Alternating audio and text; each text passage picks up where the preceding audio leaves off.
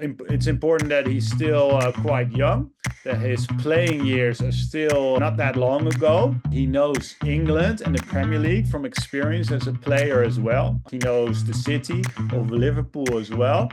And I do think that maybe his tactical skills as a coach, Heitinga, are not what convinced Slot to get him.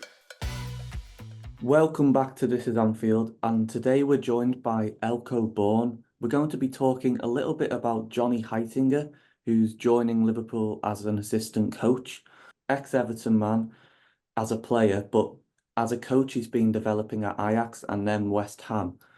Was it a surprise for you when you heard that he would likely be joining Liverpool? In a way, it was obviously because Arne Slot has a Feyenoord background, and obviously Heitinga in the Netherlands has an Ajax background. So normally those two teams here are rivals as well. But it shouldn't matter obviously in the end. But it was not a match that was very obvious to me, to be honest. But I do see some potential for it now. He did take, as a senior player, did take up a bit of a leadership role in the Ajax squad. And around this time, his final stretch at Ajax, but when he retired as well, he came forward publicly quite quickly, I think, to state that he wanted to become a manager. And he started working in the Ajax Youth Academy pretty quickly after retiring as a player. So yeah, I think that ambition has always been quite obvious for him. He was going to become Ajax manager someday in the end. And obviously he was caretaker boss for a little while in the end. Didn't quite work out for him the way he had hoped. You talked there about his ambition to become the manager. How do you see that's with a coaching role at Liverpool? Is maybe this a stepping stone for him, a bit like Pep Lijnders was at Liverpool? Or do you think he'd be happy in this job?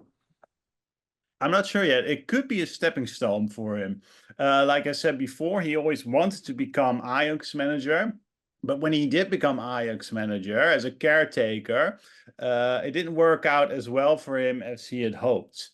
He wanted to become a caretaker at Ajax, then do so well, obviously, that the Ajax leadership would ask him to stay on as first team manager. That's what he had hoped for, obviously. It didn't happen.